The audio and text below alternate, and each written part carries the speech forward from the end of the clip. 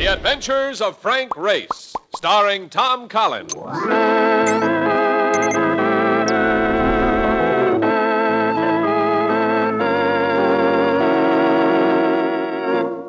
war changed many things, the face of the earth and the people on it.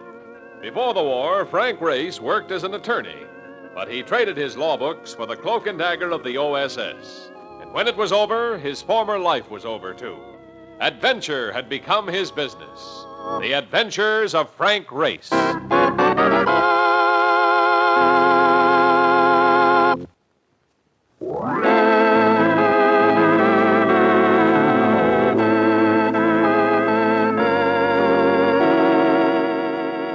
And now we join Frank Race for The Adventure of the Juvenile Passenger.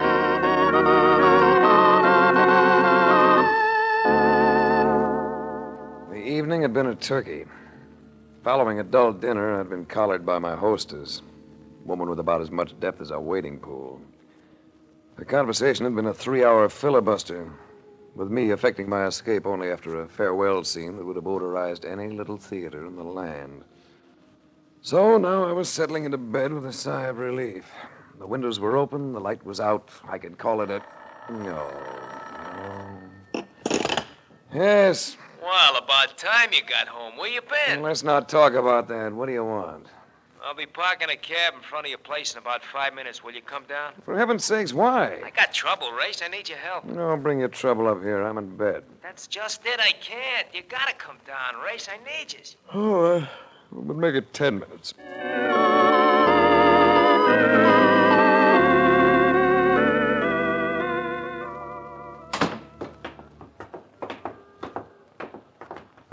This had better be good. So take a gander back there. Oh, it's a girl. Yeah. And how old would you say she was? 14, possibly? All right. She's 14 and riding around in my cab at 1 o'clock in the morning. She ain't got the dough to pay her fare, and she says she'll kill herself if I don't keep driving her. That ain't a ladle of trouble I'll put in, which is... It'll do. What's your name, dear? I don't care to say. How long's she been riding with you, Ma? Since 11 o'clock. How'd you happen to pick her up? I didn't. I step into a cafe for a few minutes to lap up a cup of coffee. When I come out, there she is, already in the cab. I tried to head for a precinct house once, but she put the nix on it. She knows New York as well as I do. Well, let's all go for a ride. Drive around, Mark. I'll talk to her.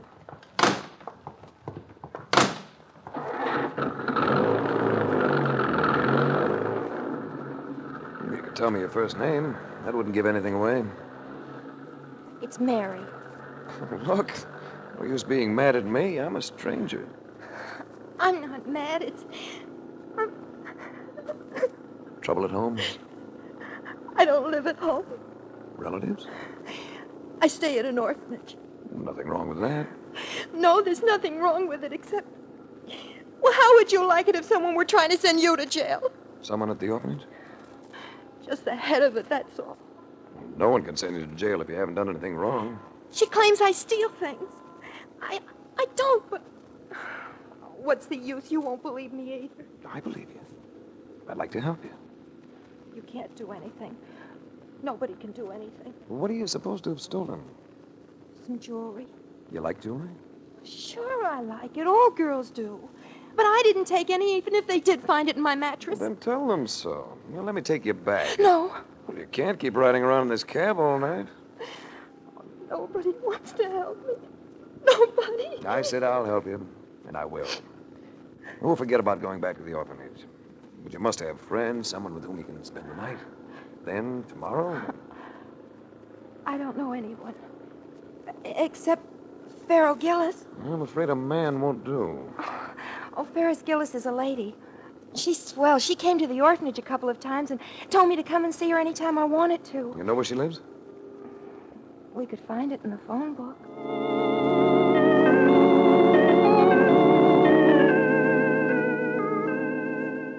We found it in the phone book. An apartment hotel in the 60s, a place called the Wellington Arms.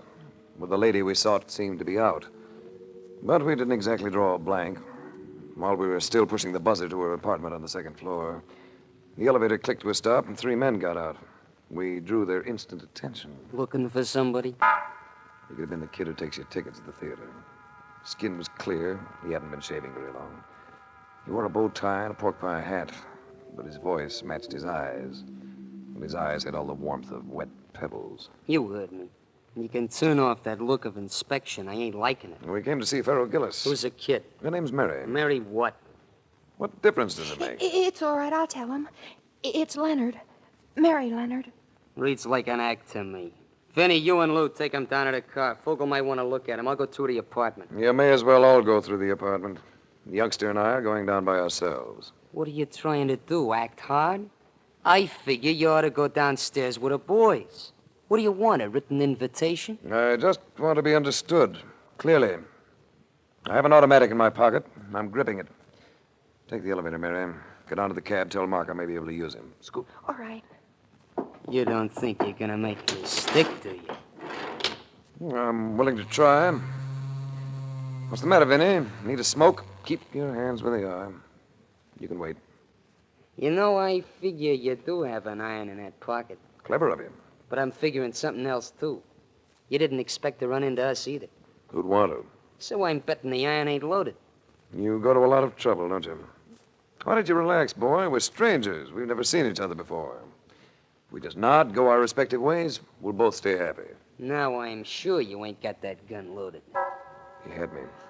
And here was a boy who plainly liked violence for its own sake.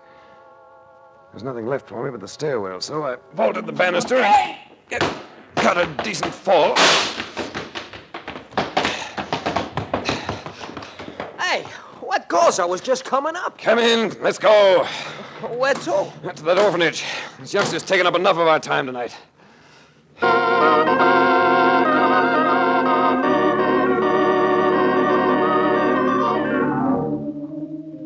There were cars parked in front of the orphanage, and lights still on inside. In the office, a sort of conference seemed to have taken place. But we got an instantaneous reaction from a woman of about 50, a woman whose face suggested that she wanted no fun out of life and resented anyone else trying for it. Well, just where have you been, young lady? Who is this, Mary? Mrs. Barkley. She's head matron. Good evening, Mrs. Barkley. Well? My name's Race. I'm a private investigator. I'm acting on this young lady's behalf. Gosh. You are you? Well, I'll have you know... Pardon me, Mrs. Barkley. Now, where did you find this girl, Mr. Reyes? I have a friend who drives a taxi. Mary was one of his fares tonight. And she seemed upset, and he found it a problem. So he called on me. I see. I don't believe we've met. Oh, I'm sorry. I'm Paul Westerhaven. This is Miss Doris Sanford. Possibly you know Winthrop Gravel. Everyone does. Paul Westerhaven plays polo the way Stan Musial plays baseball. Horses and money, plenty of both. Doris Sanford I'd never seen before. A definite loss on my part. She was lovely even under the glare of a light that gave Mrs. Barkley's face the look of a boiled potato. If you were any kind of a sharpshooter, Winthrop Gravel was a name to flinch at. He scribed a hard-hitting newspaper column that went in for reform. You might be interested to know, Race, that we're here because of this girl's disappearance. She's utterly incorrigible. We've been able to do absolutely nothing with her. You ever try being kind? Well, it is somewhat of a problem, Reyes. This is the second time the girl has run off. We've been fortunate that no bad publicity has developed. Now, where does Pharaoh Gillis fit into the picture? Oh, that woman. Who is Pharaoh Gillis? Well, she's rather well known, Paul. Operates as a gambler. As far as I'm concerned, she's a pretender and a liar. Why do you have that opinion? A month or so ago, Miss Gillis promised to donate the cost of a new building for the orphanage. She seemed quite enthusiastic at the time, but nothing came of it. Well, if you don't mind, we're ready to say goodnight. I'll come and see you tomorrow, Mary. We'll talk this over. All right. And if I've seemed abrupt, Mrs. Barkley, I apologize. I don't imagine your job is a breeze by any means. Certainly isn't.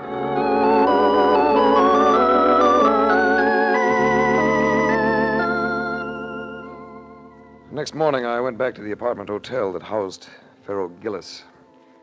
The manager, a pink-skinned man with a mouth that puckered as he talked, was still agog over the shot that had been fired the night before, but didn't connect me with it. When I mentioned Pharaoh Gillis, he puckered and shook his head. No, she hasn't been here for a week. She often goes away like that, but never tells us where. Oh, know anyone else who might know where she is? No one. She's a very strange woman. Gambles, you know. How about her lawyer? I don't believe she has one. Know where she banks? She doesn't. I know that for a fact. Everything in cash with Miss Gillis. It's an idiosyncrasy of hers. Always carries cash. It pays us in cash, pays everyone in cash. It must be a gambling instinct. Yeah, quite likely. Well, thanks. Oh, that's all right, Mr. Race. Didn't you say you were an investigator? Yes. Well, I'm always willing to help investigators. Always.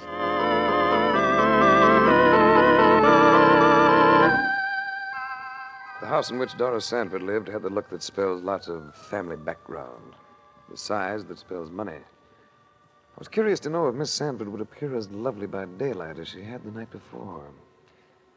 She did. And then some. I can say one thing. You don't look as grim as you did last night. It was a rough evening. You care for a drink? Oh, it's a little early. I'd rather wait. Oh, you have a charming house. Makes a nice frame for you. You couldn't pay me a nicer compliment. Oh, yes, I could. It was just a warm-up shot. You know, you couldn't have looked grim last night. Speaking of the orphanage, I've just come from there. I had a talk with a kid. She isn't very happy. I know. We've got to do something for her. How about that Barclay lady? Oh, she's all right. She lost her sister last month, and they were very close. She's making a bit of an adjustment. She'll get over it. She seems to be adjusting at the expense of that kid. How does a woman like Farrell Gillis tie in with the orphanage? Well, it seems that she stayed there as a child. She comes in every once in a while for a visit. You know, this building she was going to underwrite. How much was it going to cost? $50,000. Nice bundle of money. Yes, it is. But you can see Mrs. Barclay's side of it. She was pretty excited at the prospect. That drink you mentioned, couldn't we have it somewhere tonight? And dinner to go with it? That sounds as though it might be fun. But you have another engagement. I could break it. Couldn't I? I like the way you say that. Will you call for me? With my hair combed and my face ashine. All right, Ray. It's a date.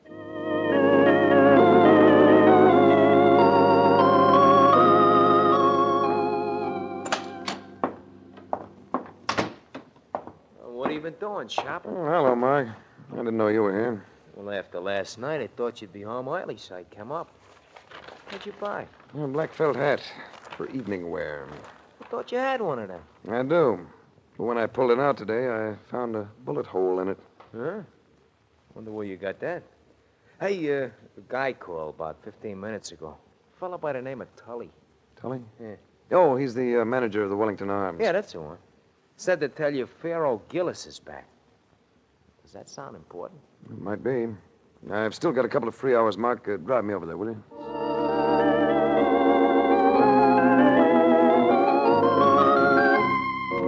I found the door to the apartment slightly ajar, so I knocked. I thought I heard a voice say, "Come in," so I did. She was reclining on a divan, a woman of perhaps 60. She had a theatrical look. Her skin was heavy with makeup, her hair tinted a flamboyant red. She was smiling at me, and the set of her features indicated that she was used to smiling. There was only one thing wrong with the picture. Someone had stabbed a knife into her chest. She was dead.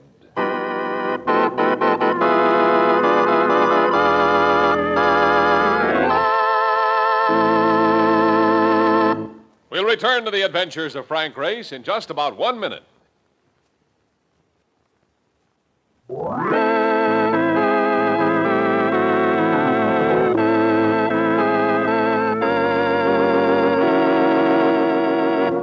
And now, back to the adventures of Frank Race.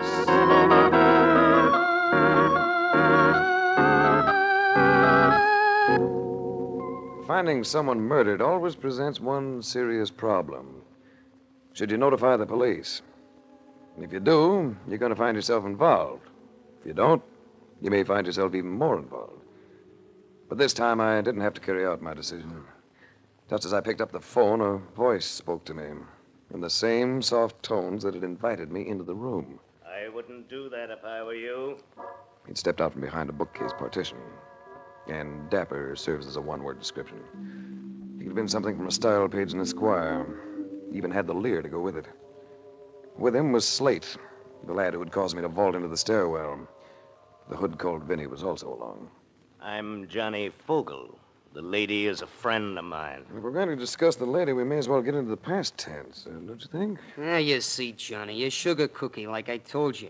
You ain't gonna get nowhere with him unless you raise a few lumps on him first. Were you a friend of the lady? Well, to my knowledge, this is the first time I've ever laid eyes on her. Maybe I should have said the lady was a partner of mine. Yeah, I understand she was in an interesting business. The most interesting business there is. A few weeks ago, she made a killing, a real big killing. Yes? I gave her the tip that clicked for her, so I sort of figure that now she's gone, Lord rest her soul, I'm straight in line to be the heir to what she left behind. I suppose that's a logical pattern of reasoning for a person of your temperament. Talk so Johnny can get what you mean. Never mind, Slate. I get what he means, and I think he gets what I mean. Let's not waste each other's time, Vogel. Don't reach for that phone, pal. You ain't gonna call nobody. Frisk him, Slate. I wouldn't worry none, Johnny. He's got a gun, but it's never loaded. I'd take it just the same and keep it for you, chum. You see, Race? It's like this. You coming in here made it kind of embarrassing. A little embarrassing for us, more embarrassing for you. Because it ain't gonna be sensible for me to let you go walking out, is it? You want something, Vogel. What is it? Pharaoh's dough. I happen to know she was healed with better than 50 grand. And by the way every drawer in the apartment seems to have been so neatly emptied, I'd say you'd been looking for it. Pharaoh wouldn't have been keeping the dough here. She wasn't that kind. I haven't the slightest idea what Pharaoh Gillis was like. You may as well know that I can't tell you a thing about her money. That's the trouble with you guys. You always want to play a lone hand. Let's get him out of here, Slate. Start moving, Race. And this time you ain't getting away with no phony moves. As Slate pushed me past the door, Vogel lingered for a last look at Pharaoh Gillis, which meant that Slate and I started downstairs by ourselves. He insisted on walking right behind me, so after about 6 steps, I simply sat down in front of him. He instantly went over me and crashed on the landing below. I leaped after him, but there was only time to regain my pistol before Vogel appeared at the top of the stairs. Drop that gun, Race!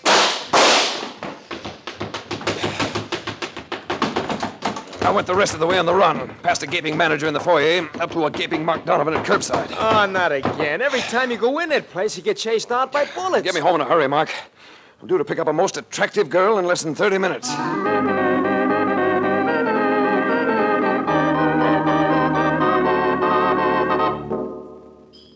Candlelight. Wine. I might have known you'd do it this way, Race. I couldn't think of you in any other surroundings. Not at this time, anyway. You're nice. You're beautiful. Tell me something. Ask it. Each time I've seen you, you've worn black. It's for my father. He died less than a year ago. I'm sorry. You don't have to be. You're observant. I like that. It's flattering. In fact, I seem to like everything about you, Race. What would you like to do after dinner? Go home. The butler will have the fire going, and I thought we could just talk.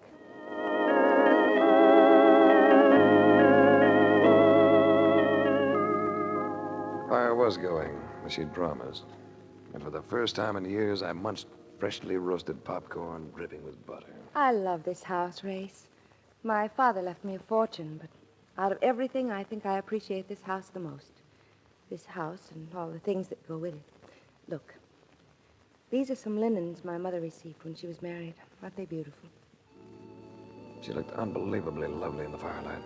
She gracefully showed me the fabrics, then carefully folded them, placed them on a nearby table. There. It's the last one. Now it's your turn. What would you like to do? Take you in my arms. You think that's going to be hard? Might lead to complications. You know, you show signs of being a very domestic young lady. Why don't you kiss me? You'll find I have other qualities, too. I beg pardon, Miss Sam. Mr. Grayville to see you. I'm just going to barge in, Doris. Oh, I didn't know you had company. It's Mr. Race. You remember Winthrop. You met him last night. Oh, yes. Of course I remember. I came to see you about that youngster. She's been arrested, Doris. Arrested? Mary Leonard? Well, it seems that Mrs. Barkley made a report to the police about the missing jewelry Oh, no. We'll have to run down and get the child out. Well, I'm afraid they don't grant bail on a murder charge. Murder? Murder? One of the items the police recovered from the girl was a diamond earring. The mate to it was found today in the apartment of Pharaoh Gillis, along with Miss Gillis's body. So it seems that the orphanage has been harboring a juvenile murderess.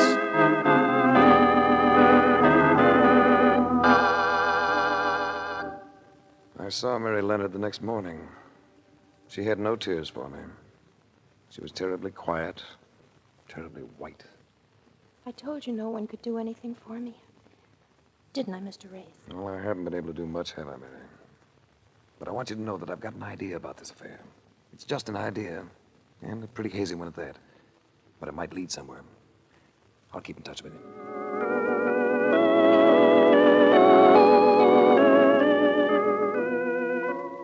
For the rest of the day, I had Mark out gathering information while I busied myself doing the same thing.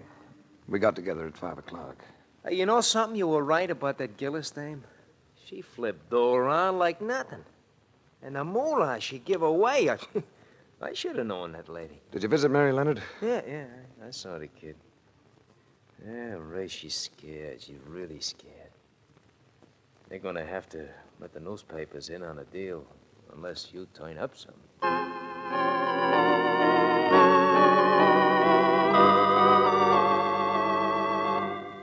It was about an hour later that I got a call from Doris Sanford. Race, can you come to see me right away? It's important. Trouble? Well, in a way. Nothing to do with the orphanage. But it does concern us. Well, let me see. I'm expecting a report on something, but I know what I'll do. I'll call and tell them to get in touch with me at your place. I'll be right over.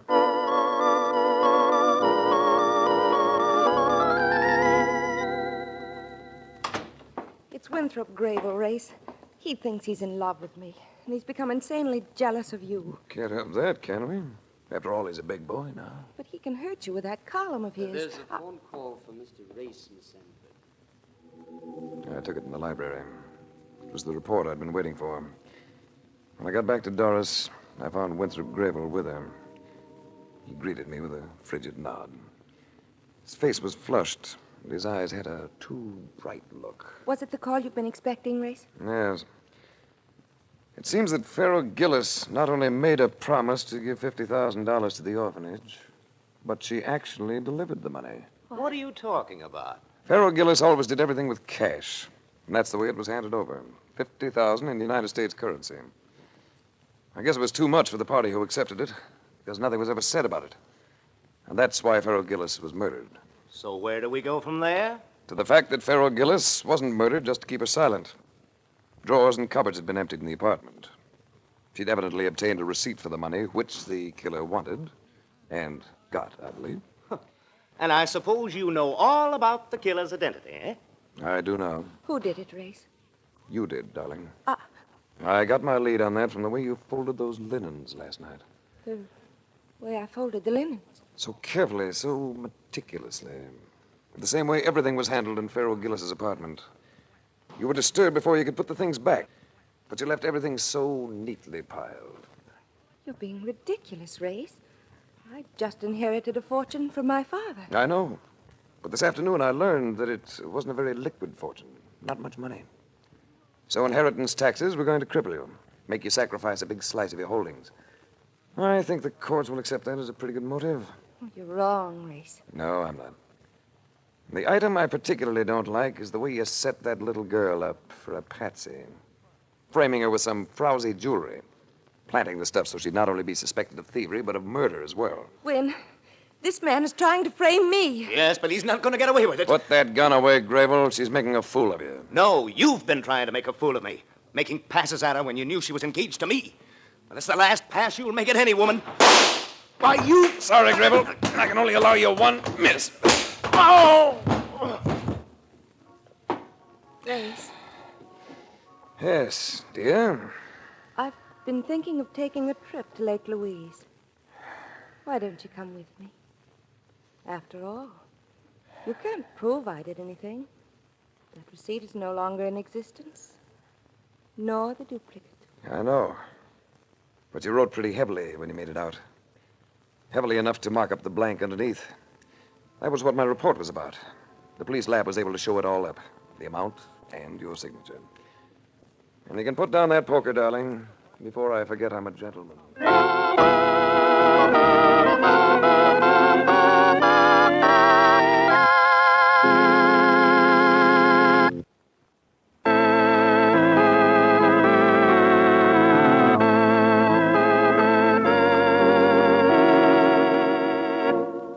The Adventures of Frank Race, starring Tom Collins with Tony Barrett as Mark Donovan, comes to you from Hollywood.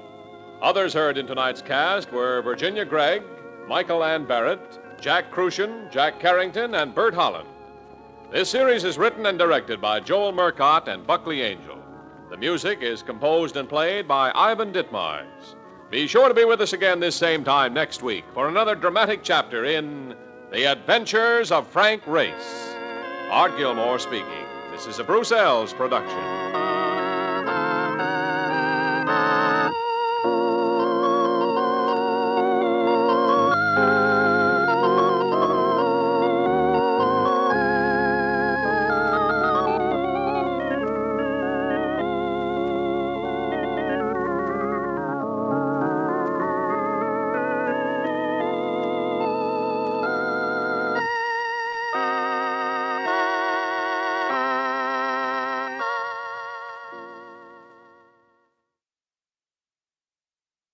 Enjoying the timeless classics on Golden Age Radio? If you're loving the nostalgia and captivating stories, consider supporting our channel with a tip. Your generosity helps us continue bringing you the best of vintage radio entertainment. Simply click on the link in the description. Thank you for being part of our community.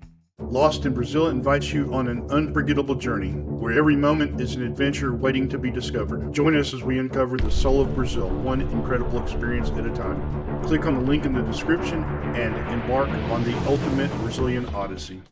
You have been listening to Golden Age Radio, rumble.com/C/GAR, brought to you by G3PL.com. Don't forget to subscribe for more videos.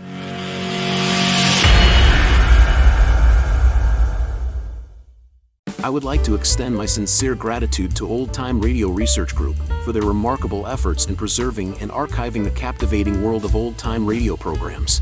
Their dedication to safeguarding these precious audio gems ensures that future generations can relish the enchanting stories, music, and entertainment of the past. Their invaluable contribution allows us to step back in time and experience the magic of radio history firsthand. Their link is in the description below.